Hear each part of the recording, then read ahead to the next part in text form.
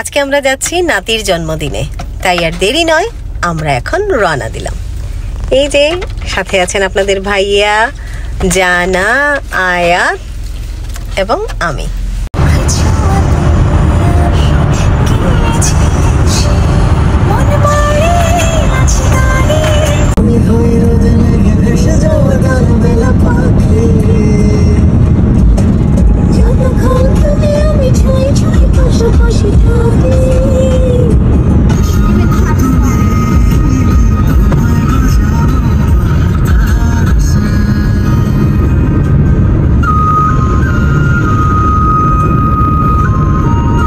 এই হলো তাসফিন, ও হচ্ছে আমাদের ভাস্তির ছেলে, মানে আমার ভাসুরের মেয়ের ছেলে।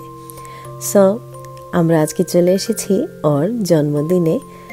অনেক দিন ধরে মানে ওর জন্মদিনের অপেক্ষায় ছিলাম।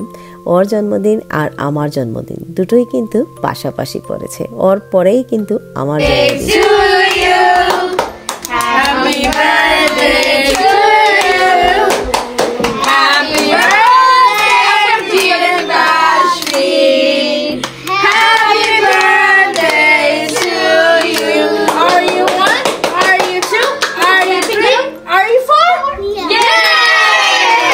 আর এই হলো আমাদের ভাস্তি, আর ওরই ছেলে হচ্ছে তাসফিন। মা ছেলে দুজনে দাঁড়িয়ে আছে, আর ওরা খুব মজা করে আজকে জন্মদিনটা পালন করছে। আমরা সবাই অ্যাটেন্ড করেছি, মানে আমি, আমার ননদের বাচ্চারা সবাই।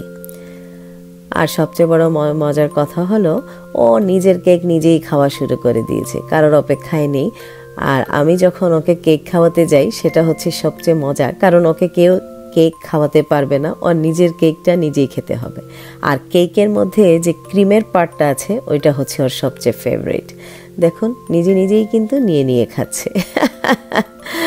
এই যে মার হাতেও খায়নি, আমার হাতেও খায়নি। আমি অনেক চেষ্টা করেছিলাম যে আমার হাতে খাবে, কিন্তু আমার হাতেও খায়নি। দেখুন নাও, কারণ ও বড় হয়ে গিয়েছে। I M a big boy, so যেহেতু বিগ বয় ওকে নিজের হাতেই খেতে হবে।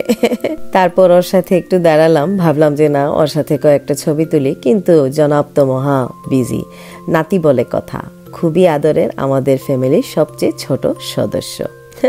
দেখুন অনেক চেষ্টা করেছে, আমাকে এরকম করে হাত দিয়ে সরিয়ে দিচ্ছে যে না আমি তোমার হাতে খাবো না, আমি আমার হাতেই খাবো।